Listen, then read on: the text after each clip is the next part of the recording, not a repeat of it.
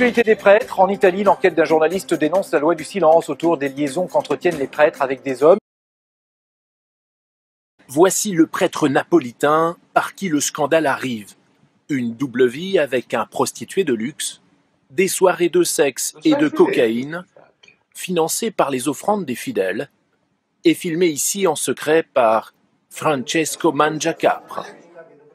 Il vient de publier ses souvenirs et révèle s'être spécialisé pour cette clientèle toute particulière.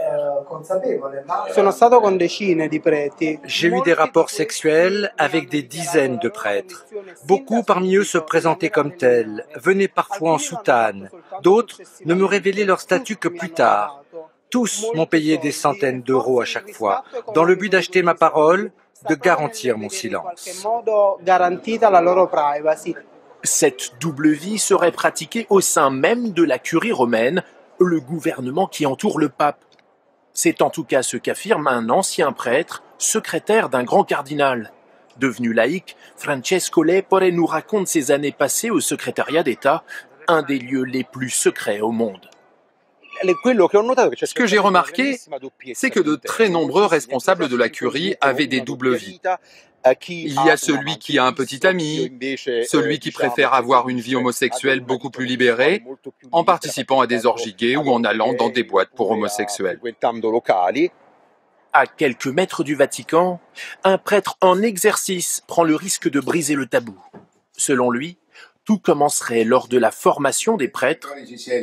Il ironise sur ce col blanc pourtant symbole de vœux de chasteté. Il y avait ces amitiés que l'on appelait des amitiés particulières, qui étaient une certaine forme d'homosexualité. Cela existe dès le séminaire, parce que dans ce monde exclusivement masculin, on n'a pas d'alternative. Et il n'est possible de s'adresser qu'à une personne du même sexe. Longtemps, le Vatican a tenu des propos outranciers contre les homosexuels.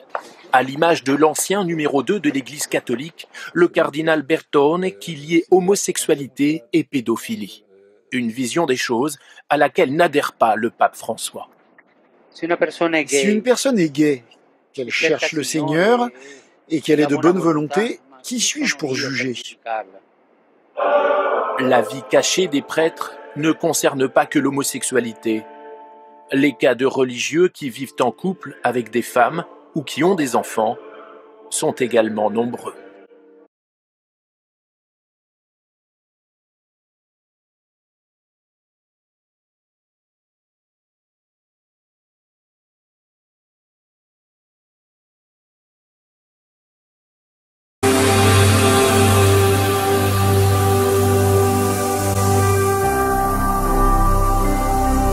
Jésus-Christ TV, vous connaîtrez la vérité et la vérité vous affranchira.